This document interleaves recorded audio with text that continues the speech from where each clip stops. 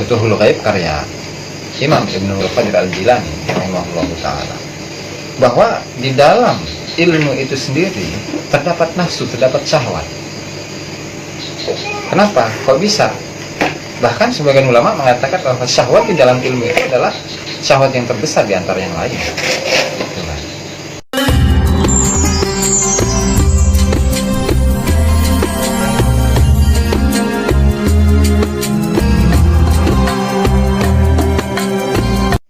Assalamualaikum warahmatullahi wabarakatuh. Bismillahirrahmanirrahim. Muhammad ibn Abdillah wa ala alihi wa sahbihi wa la hawla wa la quwwata illa billah. Wa nata'allam ta'lim nafil intifa' wa qara tadhkir wa ifadata wa istifada wa hasa ala tamassuki bi kitabillah wa sunnati rasulih wa du'a ila al-huda wa dalalata ala al-khair ibtigha'a wajhihi wa qurbihi wa thawabihi subhanahu wa ta'ala. Rabbi shrah li sadri wa yassir li amri wa hlul 'uqdatan min lisani yafqahu qawli. Amma ba'du. Para pemirsa, para hadirin, para subscriber yang dimuliakan Allah Subhanahu wa ta'ala, alhamdulillah pada malam hari ini kita masih diberi kesempatan oleh Allah ta'ala sehingga kita masih bisa bersama-sama mengaji, melanjutkan pengajian kitab An-Nahjul Atam fi Tablighil Hikam karya Al-Imam Ibnu Athaillah As-Sakandari dan Syekh Ali Al-Muttaqi Al-Hindi rahimahullahu ta'ala. Dan sebelum kita mulai, mari kita hadiahkan Al-Fatihah kepada mu'alliful kitab, semua ulama, semua guru kita, semua orang tua kita, muslimin, muslimat, mu'minin, mu'minat, ala diniyah wa ala kulli niyatin shalihah wa ala man nawabihi. Wassalafuna shalihun ila hadratin Nabi Muhammad sallallahu alaihi wasallam. Al-Fatihah. A'udzubillahi minasyaitonir rajim. Alhamdulillah. Ya Allah.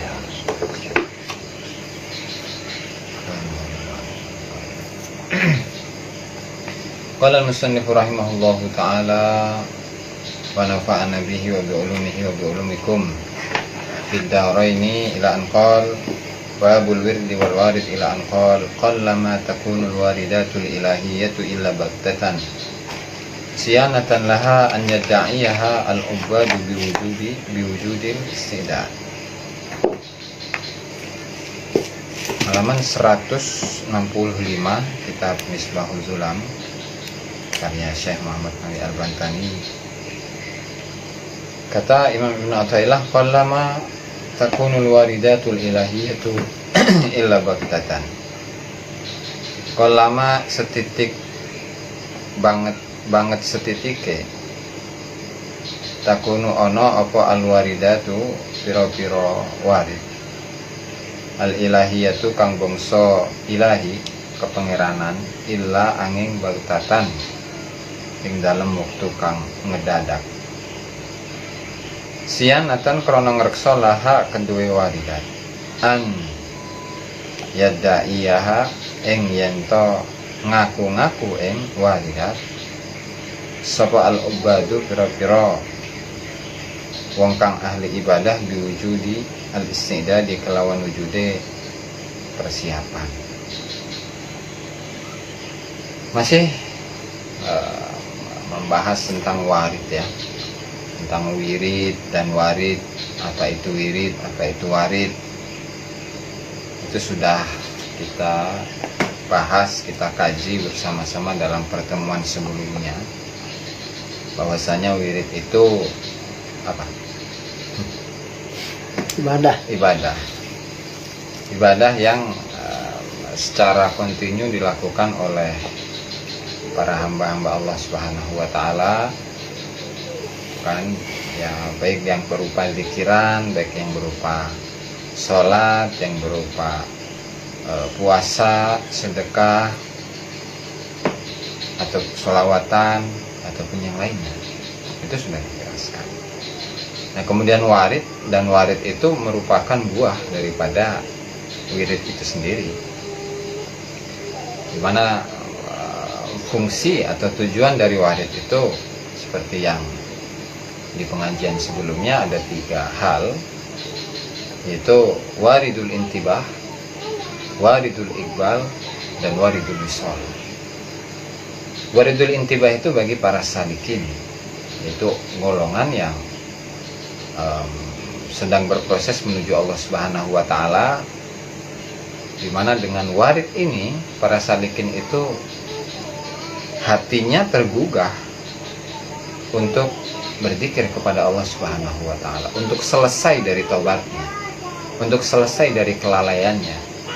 Yang artinya warid ini adalah satu karunia yang Allah Subhanahu wa Ta'ala berikan, terutama bagi para muridin, agar mereka tidak secara terus-menerus berada di dalam kelupaan kepada Allah Subhanahu wa Ta'ala. Itu fungsi dari warid yang pertama. Warid ya, bukan wirid ya. Sementara yang kedua, warid yang kedua itu fungsinya bagi golongan para arifin, yaitu berfungsi agar mereka itu dalam keadaan zikir kepada Allah Subhanahu wa Ta'ala, dan zikirnya itu tidak sewaktu-waktu, tetapi zikirnya itu terus-menerus.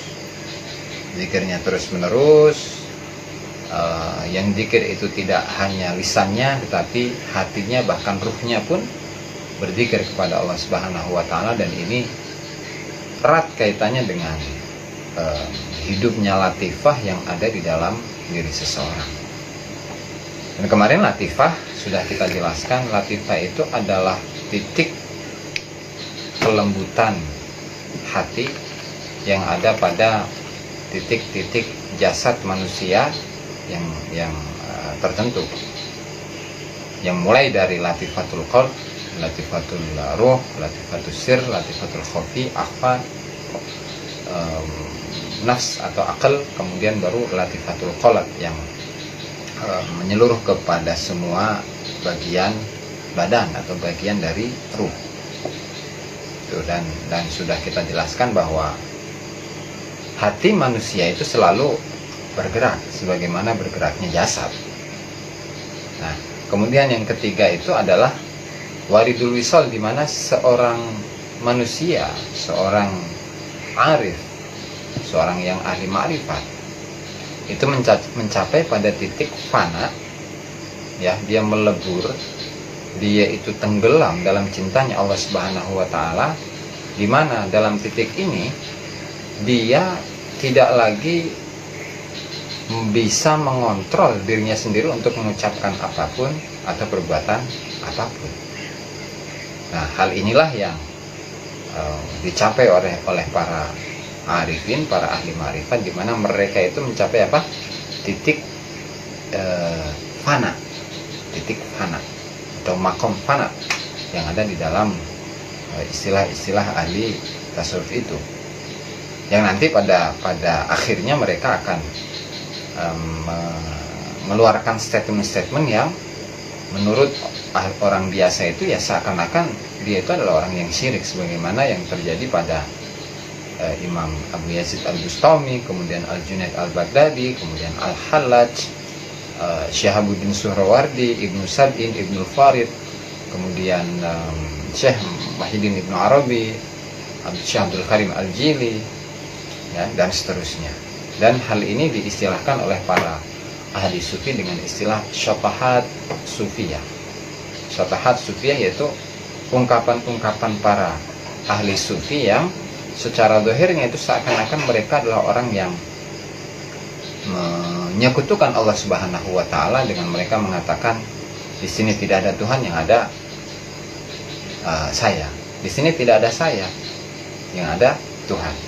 Kalau versi Siti Jenar, di sini tidak ada Siti Jenar, yang ada Allah. Di sini tidak ada Allah, yang ada adalah Siti Jenar. Gitu kan? Yang padahal ketika kita kita telusuri bagaimana komentar para ahli sufi mengenai ungkapan ini, ya, kata Imam Syekh Abdul Wahab Asy'arani rahimahullahu ta'ala sendiri di dalam kitabnya Lataiful Minanul Akhlaq fi Wujudi At-Tahadduts bin Ni'am al-Itlaq, beliau mengatakan bahwa hal-hal yang terjadi pada golongan ahli sufi, terutama ungkapan-ungkapan, perkataan-perkataan, statement-statement yang seakan-akan menyekutukan Allah Subhanahu wa taala itu tidak bisa dianggap secara dohirnya saja, tapi harus ditakwil gitu, harus diarahkan kepada makna yang hakiki, makna yang sebenarnya mereka maksudkan. Supaya apa? Ya supaya hal ini tidak menjadi kesalahpahaman sehingga mereka itu dimusuhi, kemudian mereka disesatkan, dikafirkan dan lain sebagainya, yang padahal di sisi Allah Subhanahu wa taala mereka itu adalah para kekasih Allah Subhanahu wa taala. Jadi wajib mengarahkan ungkapan-ungkapan yang seperti itu kepada makna yang benar. Dalam arti ketika seseorang itu mengalami jadbah, mengalami jadab, sehingga dia mengatakan subhani, kemudian ma fil wujudi ma fil kauni illallah, tidak ada dalam wujud sebagaimana yang dikatakan oleh Syekh Junaid Al-Baghdadi, ma fil wujudi illallah, tidak ada di dalam wujud ini kecuali Allah. Kemudian subhani ma a'zama sya'ni, itu yang dikatakan oleh Imam Abu Yazid Al-Bustami. Subhani berarti maha suci saya. Kemudian ma'a'zama sya'ni, betapa agung tingkah laku yang ada pada diri saya sekarang ini. Itu mereka dalam keadaan apa? Fana. Yang namanya orang fana itu ya dia tidak bisa mengontrol dirinya untuk bisa berucap sesuai kehendaknya atau untuk berbuat sesuai kehendaknya, ya karena kehendak mereka sudah di stop oleh Allah Subhanahu wa taala. Sehingga ketika mengatakan subhani, itu dengan lisan perkataan Allah Subhanahu wa taala melalui lisan mereka. Gitu ya, itu nggak beda jauh lah dengan hadis qudsi itu. Ya kan, hadis qudsi kan banyak. Dalam hadis qudsi Rasulullah Shallallahu alaihi wasallam sering mengatakan bersabda, law anna awwalakum wa akhirakum wa insakum wa jinnakum qamu fi sa'idin wahidin fasa'alu kullu wahidin minkum mas'alatahu fa ujiba kullu wahidin minhum da'watuhu fala yanqusu dzalika min karamillahi ta'ala syai'an illa kama yanqusul mikhyat idza udkhila al-bahr. Jadi Rasulullah mengatakan hal yang seperti itu. Gitu kan. Nah, sehingga hal ini ya tidak beda jauh dengan para kekasih Allah Subhanahu wa taala, di mana ketika mereka mengatakan hal-hal yang demikian, ya berarti itu ya dalam pendekatannya itu tidak beda jauh dengan hadis qudsi yang di mana Rasulullah Shallallahu alaihi wasallam itu mengucapkan suatu perkataan Allah Subhanahu wa taala melalui lisan Rasulullah Shallallahu alaihi wasallam. Ya karena ketika kita itu mendengar redaksi kemudi seperti itu, kemudian kita menganggapnya sebagai orang yang sesat, orang yang kafir dan lain sebagainya, nanti dulu khawatir kita masuk dalam hadis man adali waliyan faqad adzantuhu bil harb, barang siapa yang memusuhi seorang kekasihku maka aku telah mengumumkan permusuhan kepada dirinya. Kalau kita jadi musuhnya Allah Subhanahu wa taala, maka kan berbahaya itu. Kan berbahaya. Sehingga untuk menghindari hal ini, tetap husnudzon kepada makhluk, husnudzon kepada semua manusia, husnudzon kepada terutama kepada para kekasih Allah Subhanahu wa taala. Ya, barangkali ketika kita mengingkari itu justru sebab pengingkaran dari kita kepada mereka itu pertama atas dasar kebodohan kita. Kedua, bisa jadi itu merupakan hasud yang ada di dalam diri kita, sifat hasud yang ada di dalam diri kita. Dan ini sudah dijelaskan oleh Al-Imam Abdul Wahhab Asy'arani rahimahullah dalam kitabnya Al-Yawaqit wal Jawahir, sebagaimana yang kita kutip di pengajian kemarin. Gitu. Jadi sehingga kita tidak boleh untuk bersuudzon, ya kan, apalagi mencaci, memaki, memusuhi, bahkan mencela, menjelek-jelekan Ya tidak boleh. Karena lisan kita itu akan dihisab oleh Allah Subhanahu wa taala. Dengan nanti akan ada pembahasannya. Jadi qallama takunul waridatul ilahiyatu illa baghtatan. Jadi kata Imam Ibnu Athaillah As-Sakandari, sedikit sekali waridat ilahiyah.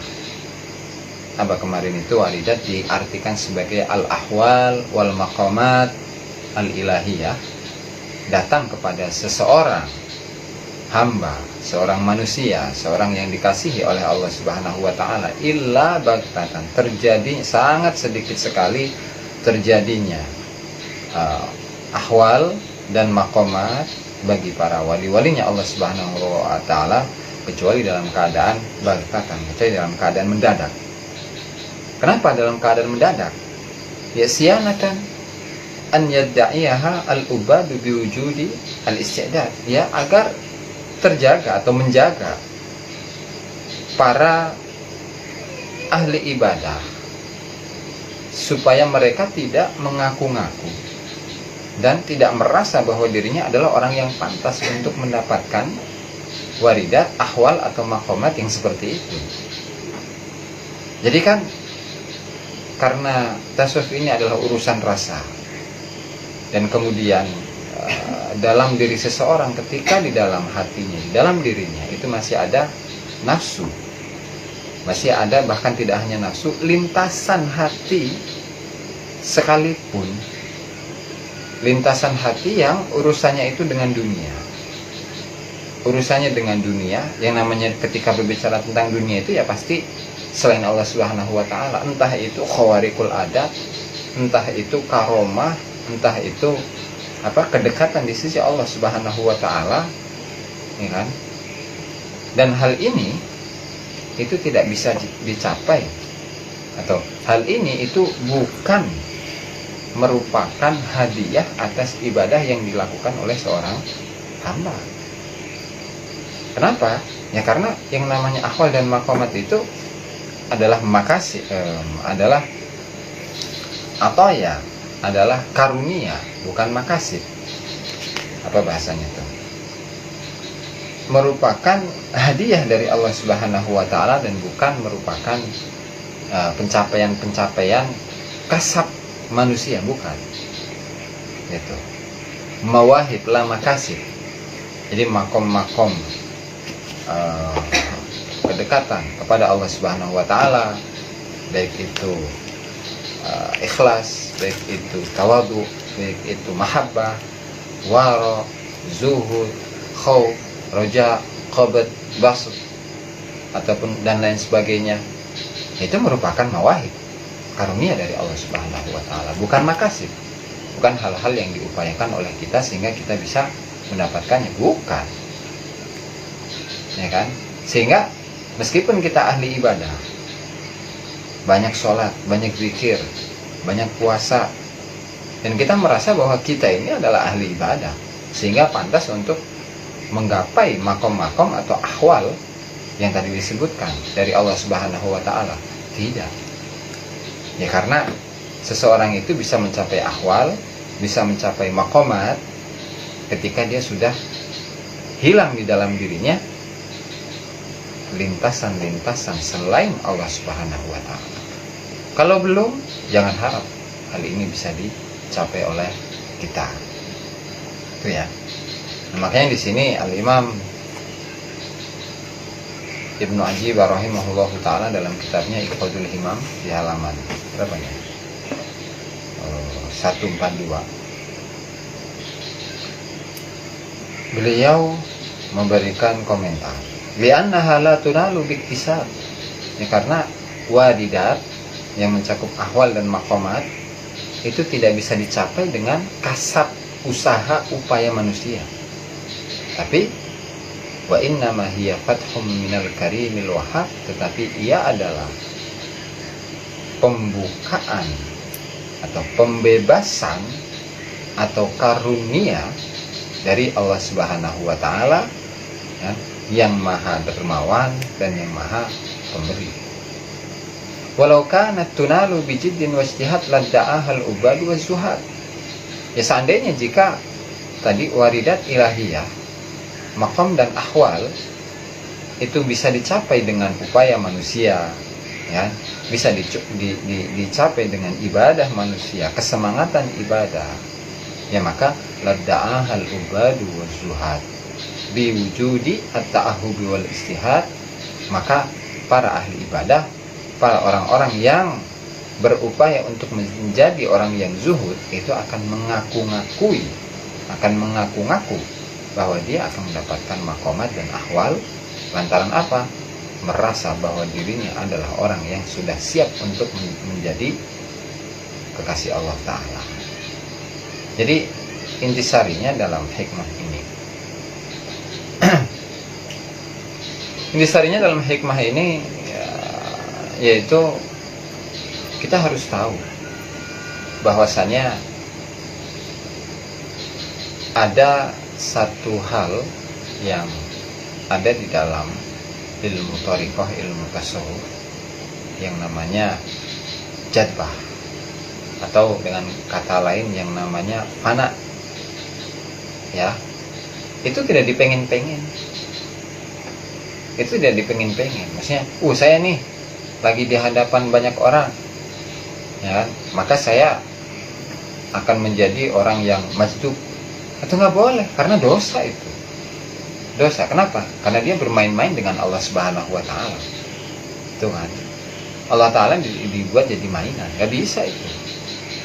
Bahkan bisa jadi dia itu akan mendapatkan azab dari Allah Subhanahu wa Ta'ala langsung atau sebelum dia meninggal. Nah, karena ini ahwal dan maqamat yang mencakup tadi jadab lah, atau yang mencakup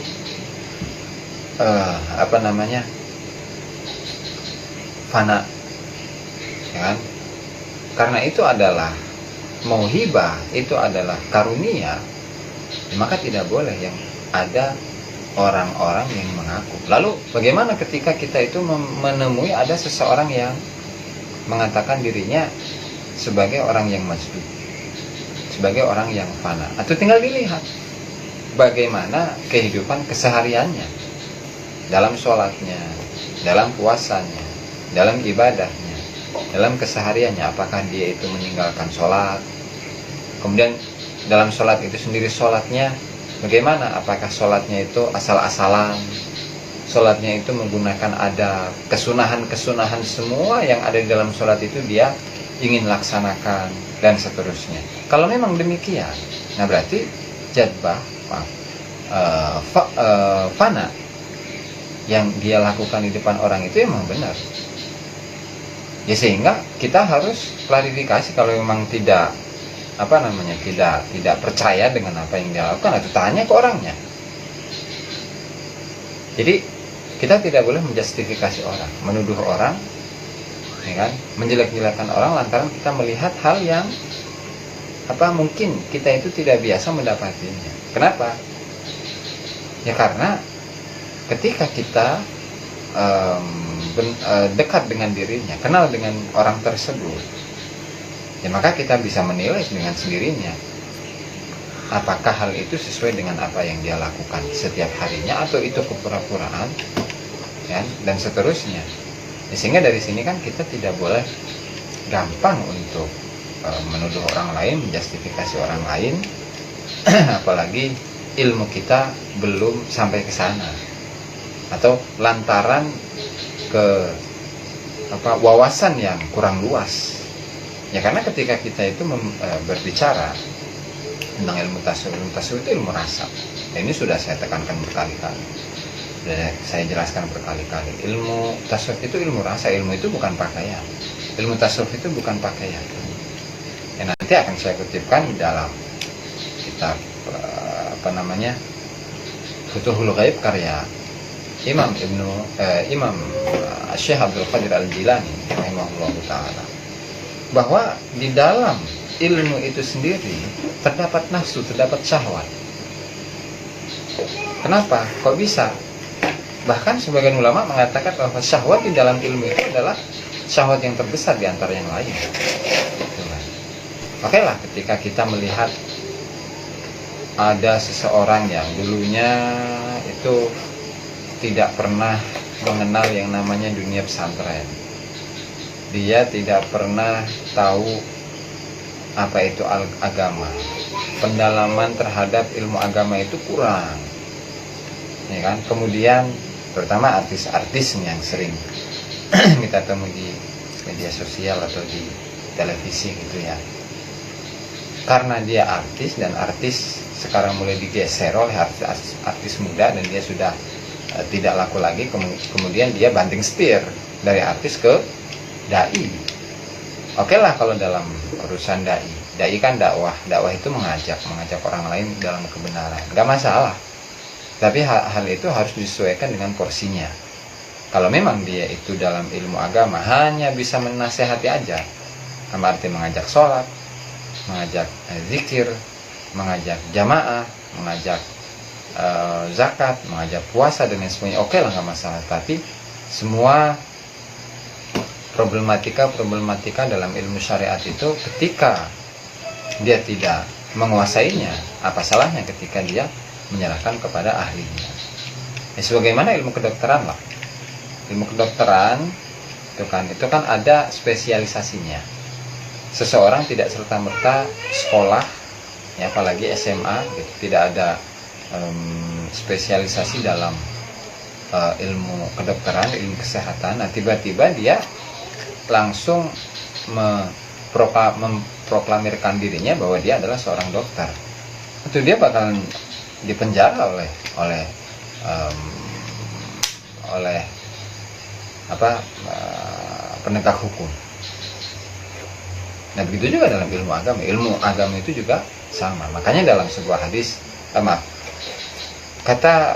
dalam sebuah perkataannya Imam Muhammad ibn Sirin rahimahullah ta'ala, katanya, "Fanzuru amman ta'khuduna dinakum." Maka lihatlah terlebih dahulu siapa orang-orang yang akan kalian gurui, siapa orang-orang yang ilmu agama itu kamu ambil dari mereka. Lihatlah terlebih dahulu, perhatikanlah terlebih dahulu. Jangan gampang untuk menjadikan seseorang itu guru, sementara kita belum melihat kualitas keagamaannya, keilmuannya dalam agama, akhlaknya, dan seterusnya. Itu ya, sehingga dalam hal ini kita harus lebih berhati-hati. Kembali pada materi, dimana di kalangan atau di golongan para kekasih Allah Subhanahu wa ta'ala tadi kan macam-macam itu, banyak warna-warni.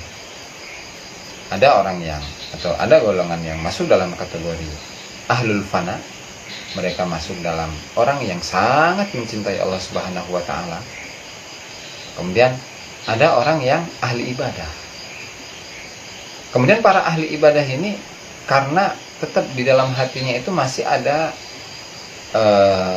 makhluk, di dalam hatinya itu masih ada nafsu, ya, maka dia tidak mungkin bisa mencapai tadi jadab, ya, atau fana kepada Allah Subhanahu wa ta'ala. Kenapa? Ya, karena syarat dari orang yang majdub, syarat dari orang yang fana dalam cinta Allah Subhanahu wa ta'ala, itu tidak boleh di dalam hatinya terdapat cinta kepada dunia. Gitu. Nah, sehingga Allah Subhanahu wa ta'ala di dalam Al-Quran telah berfirman, "Yahtassu bi rahmatihi man yasha wallahu dzul fadli alim." Allah Ta'ala itu memberikan kelebihan kepada orang-orang yang Allah Ta'ala kehendaki, dan wallahu dzul fadli alim, dan Allah Subhanahu wa ta'ala itu adalah zat yang memiliki keutamaan yang sangat agung. Tuhan. Nah, sehingga perlu kita ketahui kenapa Allah Subhanahu wa ta'ala memberikan waridat, memberikan tadi jazab, memberikan buah dari ibadah, makomat dan ahwal kepada golongan-golongan tertentu, dan datangnya itu secara tiba-tiba, tidak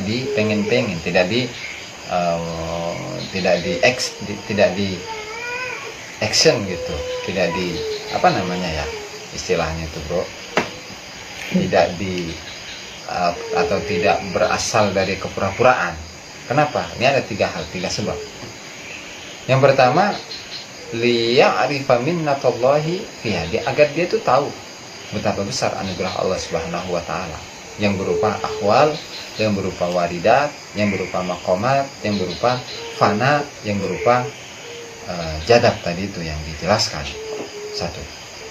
Yang kedua, liyuqaddir qadraha wa ya'dumu al-farahu biha, supaya dia itu bisa mengukur betapa besar keagungan dari hal-hal tersebut, dan kebahagiaannya itu supaya besar lantaran Allah Subhanahu wa taala memberikan karunia kepada dirinya. Itu kedua. Dan yang ketiga, al-ghiratu 'alaiha wa ta'ziziha. Allah taala itu cemburu ketika memberikan ahwal waridat, ahwal maqamat, jadab, fana kepada golongan-golongan yang bukan ahlinya, sehingga gak bisa hal ini dicapai oleh sembarangan orang. Nah, sehingga ketika kita menelaah, mempelajari perjalanan hidup seseorang, terutama para wali-walinya Allah Subhanahu wa taala, di mana dalam hidupnya, ya misalnya seperti kalau di Banten ini ada Mama Harun gitu kan, Kuranten. Kemudian ada Syekh Astari Cakung. Kemudian ada Syekh Matrosi. Ya kan? Kemudian ada Syekh Astari Cakung udah tadi. Dan lain sebagainya lah, banyak untuk di Banten ini sebenarnya. Yaitu kita kalau melihat, mendengar atau mempelajari, menelaah, meneliti, bertanya kepada orang-orang yang pernah bertemu dengan beliau-beliau ini, bagaimana syariatnya gitu, bagaimana sholatnya, bagaimana puasanya, itu yang harus kita ketahui, itu kan, sehingga supaya kita tidak mudah untuk menyalahkan orang lain, tidak mudah untuk menjustifikasi orang lain, apalagi menganggapnya sebagai golongan yang sesat, golongan yang melenceng dari Ahlus Sunnah wal Jamaah, itu ya. Nah, sehingga hal ini kenapa Al-Imam Ibnu Athaillah As-Sakandari itu menuliskan hikmah ini, hikmah yang ke-69, qallama takunul waridatul ilahiyah illa baktatan siyanatan laha an yadda'iyaha al-ubad wujudil istidad. Ya, karena hal ini atau waridat ilahiyah itu datangnya dalam keadaan tadi mendadak, terutama kepada para al-mahjubin, ya kan? Ya karena agar mereka ngerti, agar mereka tahu bahwasannya waridat ini agung di sisi Allah Subhanahu wa taala. Tuh kan? Dan ini diistilahkan dengan istilah dari kalangan sufi ini dengan tajalli. Tajalli itu menjadi tampak. Tajalli, katakanlah penampakan atau sesuatu yang nampak bagi manusia. Nah, tajalli ini berupa apa? Ada 2. Ada tajalli al-af'al, ada 3 lah. Ada tajalli al-af'al, ada tajalli as-sifat, ada tajalli az-zat. Dan ini berbeda-beda antara satu orang dengan orang lain, itu kan. Ada satu golongan yang ketika bertajalli, tajallinya adalah tajalli af'al, sebagian golongan lagi tajallinya tajalli as-sifat, sebagian lagi tajallinya adalah tajalli az-zat. Itu beda. Makanya pernah kita jelaskan itu, kita kutipkan dari Syekh Ibnu Arabi rahimahullah ta'ala, di mana ada beberapa tokoh, ada beberapa aulia yang tajallinya itu berbeda-beda. Tajallinya berbeda-beda. Dengan hal ini disebutkan oleh Al-Imam Ibnu Arabi rahimahullahu ta'ala di dalam kitabnya Tuhfatus Safarah ila Hadrati Al-Bararah. Ini berawal dari firman Allah Subhanahu wa taala, "Falamma tajalla rabbuhu lil jabali ja'alahu dakka." Allah Ta'ala bertajalli kepada Nabi Musa alaihissalam, ya kan? Dan Allah Subhanahu wa Ta'ala itu bertajalli kepada gunung, dan gunung itu ternyata hancur runtuh, sampai-sampai ketika Nabi Musa menyaksikannya, beliau dalam keadaan pingsan karena nggak kuat. Tuh kan. Makanya definisi dari tajalli itu sendiri adalah ibaratun an zuhuri dzatil ilahiyah wa sifatiha wa sifatiha. Tajalli itu adalah penampakannya. Penampakan itu adalah ungkapan dari timbulnya zat Allah dan sifat Allah. Dan tentu orang yang bertajalli, orang yang mendapatkan tajalli, yaitu tidak sembarangan. Kalau kayak kita gini, yang syahwatnya itu masih besar, yang hawa nafsunya itu masih kuat, hawa nafsunya masih belum bisa dibendung, direm, ya gimana Allah Ta'ala mau tajalli? Ya jauh gitu tuh. Nah, tajalli ini hanya bisa dialami, bisa didapatkan oleh mereka, orang-orang, yaitu orang-orang yang dalam dirinya sudah tidak ada hawa nafsu lagi. Itu kan seperti para aulia-aulia yang kita mengenalnya seperti Syekh Abdul Qadir Jilani, kemudian Al-Hallaj, kemudian Syihabuddin Suhrawardi, Ibnu Sab'in, Ibnu Farid, Abdul Karim Al-Jili, Ibnu Arabi, Syekh Ibnu Athaillah As-Sakandari, dan lain sebagainya. Itu ya. Nah, makanya tajalli itu bentuknya macamnya banyak, dan dari masing-masing mereka itu berbeda-beda tajallinya, ya kan? Nah, sehingga hal ini digambarkan oleh, dijelaskan oleh Syekh Ali bin Abdullah Baros, itu seorang ulama Hadramut, di dalam syarah hikamnya di halaman 348.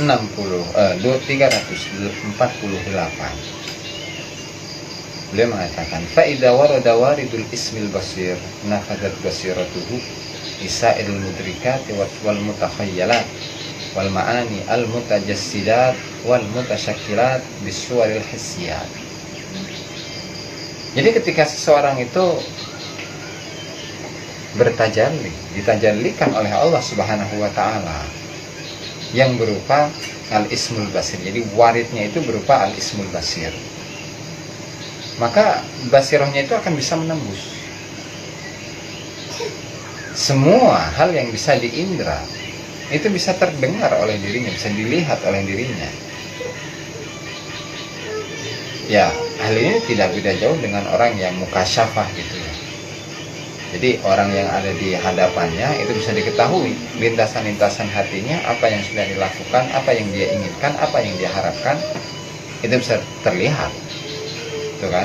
Begitu juga dengan isimnya Allah Ta'ala As-Sami', dia bisa mendengar apa saja yang ada di dalam orang-orang yang di sekitarnya, atau bahkan dia bisa membaca atau bisa mendengar, bisa melihat apa yang akan terjadi, itu kan, bencana apa saja yang terjadi, terus masa depannya seseorang sekian tahun lagi itu bagaimana. Dan tentunya ini adalah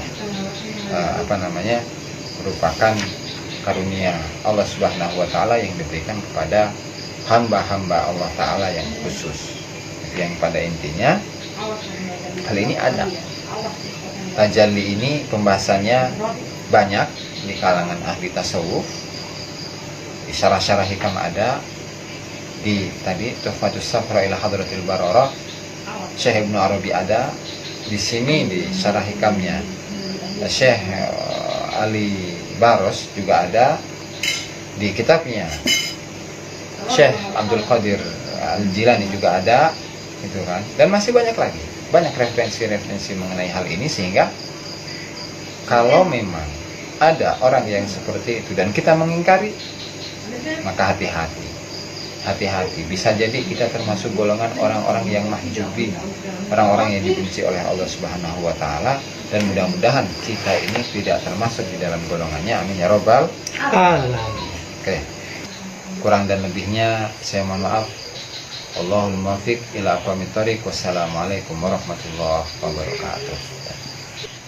Nah, kepada sahabat-sahabat, kepada teman-teman dan kawan-kawan, jangan lupa subscribe, like, share, dan komen.